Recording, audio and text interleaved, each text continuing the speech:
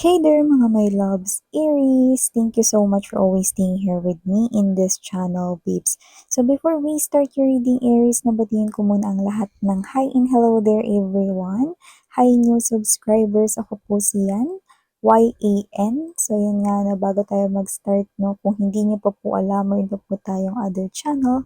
Ang link po niyan is nasa ating description box, no? Kaya kung interesado rin kayo, meron din tayo dyang daily collective readings na pwede ninyong pagtambayan. Sa mga nandoon na maraming salamat sa inyong walang sawang suporta at hi din.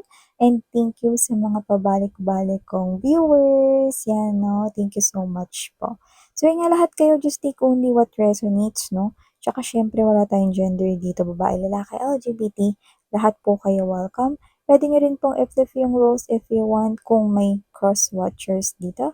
At syempre, no, tandaan ninyo na palagi po kayong may free will na malaya kayong gamitin anytime, anywhere. So ngayon, alamin natin kung ano yung mga pagbabago at mga biyayang paparating sa'yo, Aries. So let us see. Archangel Michael, thank you so much, together with the angels and guides.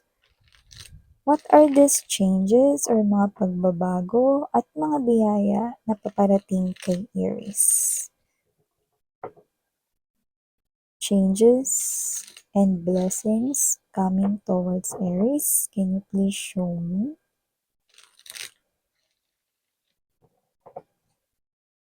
This reading is intended for my Aries people. At kung meron kayong Aries, no, sa inyong natal or birth chart, pwede din po. Changes and blessings for Aries. Can you please show me? Aries.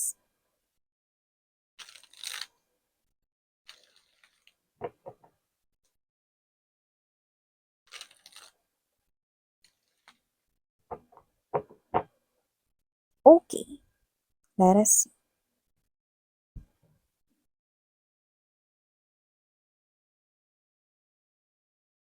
Aries, we have here the star. 10 of coins, nandito din. 10 of wands, could be seeing a lot of number 10s, angel number 10. Okay, Knight of coins, Page of swords, 4 of cups, bottom of the deck, 7 of cups, Ace of swords.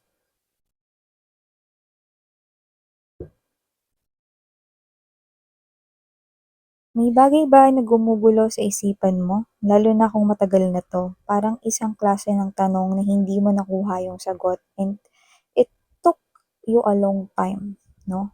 Yung iba posibleng nakalimutan nyo na yun, no? Or yung iba nawalan na lang talaga ng gana hanapin yung sagot, no? Kasi lang yung mga babes, hindi naman talaga kailangan hanapin yung sagot dahil ang sagot ay kusang lalapit sa inyo sa tamang oras at panahon. At sinong maglalapit, miss yan? Walang iba kundi ang universe. Excuse me. So, dito nakita ko, no, na isa sa mga blessings na paparating sa iyo ay finally, at last, Aries. Masasagot na rin mga babes, no, kung ano man yung pinakatanong mo kung ano yan. Okay? Iba-iba naman kayo ng specific situations, kaya naman, just take how this resonates. Pero nakita ko rito, yung pinakatanong mo rito na posibleng wala pa ring sagot hanggang ngayon, ay mukhang masasagot na. I'm seeing clarity at yun ang marireveal sa inyo. Nakita ko that the truth will be illuminated sa sitwasyon na iyan. No? A lot of confusion. No? Nagdulot pa nga yan na parang nagkaroon pa nga ng temporary pause yung iba sa inyo, temporary break sa inyong life just because of that tanong. No?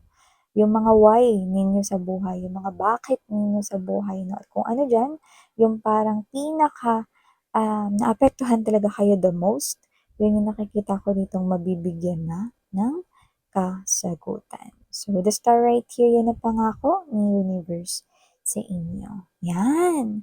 So, nakita naman tayo dito, blessings mga babes, no? Na kayo ng pamilya mo ang bonggang makikinabang. So, nakikita ko dito na either 'no, ito ay magse-celebrate ang buong family 'no. So, kung ano man 'to lumalabas ditong ambisyon mo ito, pangarap mo ito, wish mo ito, lalo na kung yung wish mo may kinalaman sa pamilya mo 'no, or para sa pamilya mo yung wish mo. Puwedeng bahay yan, lupa, or, makapagpundar dito 'no ng negosyo para sa iyong mga magulang 'no, or 'yan. Basta nakikita ko dito yung pangarap mo may kinalaman ng malaki sa iyong pamilya at dun ko nakikita 'no na yun yung wish na matutupad sa'yo.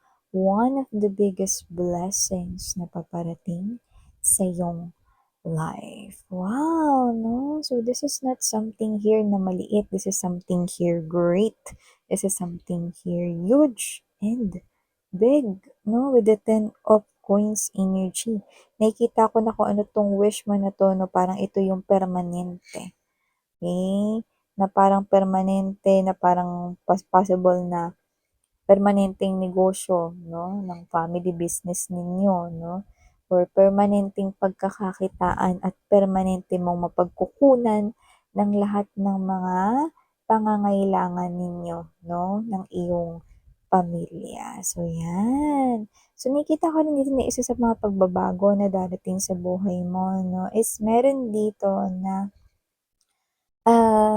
unti-unti mo rito na mababawasan 'no, unti-unti mo rito 'no, na matatanggal sa buhay mo. Yun yung pagbabago na kailangan mo na i-spot dito 'no. So kung may mga utang ka or may utang rito 'no, yung family mo nakikita kong unti-unti na yan na nababawasan at nakikita ko rito 'no, na hanggang sa mawala na lahat dito ng parang problema 'no. Lalo na may kinalaman sa pera, yun ang nakikita ko dito. Okay. Kasi meron din ditong paparating sa inyo na blessing, eh. Meron kasi ditong lumampas sa inyo, Aries, dati na opportunity.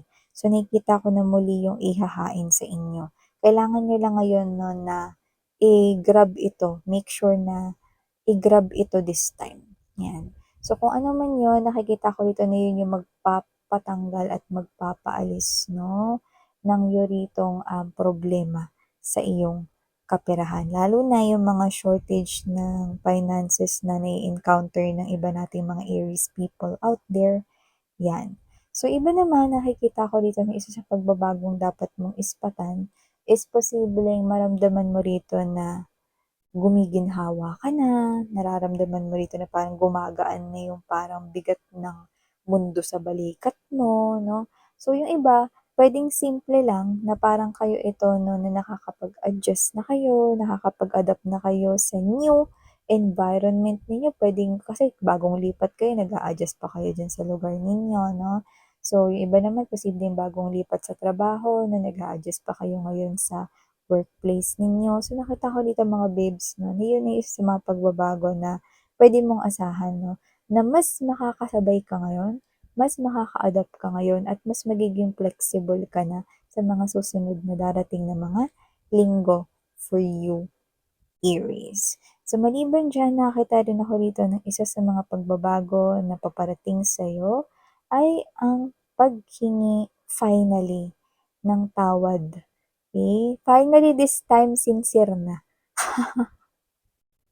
Yung iba puwedeng nag-sorry na 'to sa inyo noon or naghingi na ng apology pero posibleng nilaro niya lang yun or puwedeng posibleng hindi siya seryoso at naramdaman mo yun. Pero this time, sincere na yung apology nakikita natin sa kanya, 'no? So, nakikita ko rito na ito na rin yung iniintay mo rito na parang hudyat, 'no?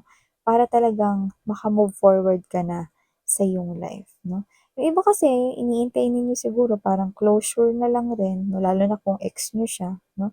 Iba-iba naman kasi yung tao, eh. May mga tao kasi na hindi na importante sa kanila yung closure, kere na lang 'no. Yung iba naman posibleng importante sa kanila yung closure, 'di ba? So, depende. So, nakikita ko dito na, may kinalaman man 'to sa closure or wala, nakikita ko rito 'no, na itong energy na 'to this time, eh yung pagbabagong hinihintay mo 'no, na siguro ang hinihingi mo lang naman is sana mag-sorry siya ng maayos, yung sincere na mararamdaman mo talaga, yun lang, wala ng iba, and then boom, eto na yun, 'no? Dumating na yung tamang oras 'no, na makuha mo 'tong apology na 'to, and this time, totoong-totoo na ito, yan. So, hindi mo naman nakikita 'no, na magkakaroon kayo ng new life 'no, with that person, lalo na kung ex niyo siya. Kasi nakikita ko rito na kung ito man ay reading ninyo, meron na rin siyang mga ibang plano sa kanyang isipan dito na walang kinalaman sa'yo, babes, 'no. So, yun yung most likely nakikita ko, Aries, 'yan, 'no. So, isa sa mga pagbabago rin nakikita ko rito 'no, is posibleng kayo ito na na mas maging observant kayo, mas maging matanglawin kayo, na mas maging matalino kayo 'no, in the upcoming weeks right here for you guys. Kasi nakikita ko rito 'no, na parang kayo ito na gusto mo rito na mag-excel sa mga bagay na ginagawa mo. Lalo na kung yung mga bagay na 'yan 'no, is posibleng magbunga ng maganda para sa'yo. So, maaaring ito ay may kinalaman sa trabaho or whatever 'no, pero kayo ito 'no, na parang 'pag may bagong kaalaman 'no, yun ay parang ginagamit ninyo 'no. So iba siguro, patuloy kayo rito nag-aaral 'no, or patuloy kayo rito na pinag-aaralan ninyo yung job ninyo, job description ninyo 'no, at kung papaano pa rito mag-e-excel pa more sa inyong trabaho 'no, bago man kayo or hindi sa pinagtatrabahuhan ninyo or yung iba naman, baka may negosyo 'no. So nakikita ko rito 'no, na everyday you're learning, okay? Kahit diyan sa negosyo mo, 'no? And everyday, okay, may progress akong nakikita sa'yo. At maganda 'yan, kasi ginagamit mo lahat ng mga iniisip mo dito 'no, para sa, kaunlaran 'no, ng iyo ritong life. So maliban diyan nakikita ko rin dito, Aries 'no, eto sa love life mo 'no, meron ditong isang taong nananalangin sa'yo, pero posibleng hindi mo pa siya nakikilala 'no, na siya yun. You know, magkaiba yung gano'n, hindi ibig sabihin na hindi mo pa siya nakikilala like, hindi mo pa siya kilala, hindi mo alam yung itsura niya, hindi, eh. Mas pinaka-nakukuha ko rito, hindi mo pa alam, eh, na siya yung may gusto sa'yo. So, posibleng gumagawa na siya ng mga movements pero hindi pa niya nare-reveal yung sarili niya. Or kilala mo na nga siya, pero hindi pa siya nagbabanggit ng any confession sa'yo. So, ang ginagawa ng taong ito ngayon 'no, is nananalangin siya rito 'no, na sana bigyan mo siya rito ng chance, 'yan 'no. At nakikita ko na blessing siyang lumalabas. Kaya kung ikaw ay single ngayon 'no, at ikaw naman mga babes 'no, ay, possible na kahit looking or not looking for love 'no, expect changes 'no, sa iyong love life area because I'm seeing you, yeah, nakikita kita na may bibigyan ka dito ng chance 'no, may i-o-open ka ditong heart for someone you already knew. Yan 'no, kilala mo na siya, Aries. At para naman dun mga babes 'no, sa mga may boyfriend, girlfriend or married na, nakita ko dito magpapatuloy pa ang inyong magandang samahan 'no, at isa yun sa mga blessings na nakikita ko 'no. Ang pagbabago na nakikita ko ay hindi mawawala yung love niyo for each other kundi mas, with the word mas, titindi yung pagpoprotekta ninyong dalawa sa isa't isa at ang pagmamahalan at pagbubuklod ng inyong pamilya kung may anak man kayo. May anak man kayo o wala ng person mo, nakikita ko na mas mamahalin ninyo ang isa't isa sa marami pang susunod na taon. Wow! Tuloy-tuloy niyo lang 'yan 'no. Alam mo 'yun yung ang ganda 'no, nagbabago yung pagmamahal ninyo pero yung pagbabago patindi ng patindi yung pagmamahal ninyo. And that person, you will see him or her, mas masasabi mo sa sarili mo, truly, masyado talaga akong blessed ni God because of this person. Yan, 'di So, wow! 'No, Aries, ito yung nakikita ko here for you guys 'no. So, thank you so much sa oras mo and panahon mo 'no, and muli ako po si Yan, Sarang Heyo Love and Light. Annyeong.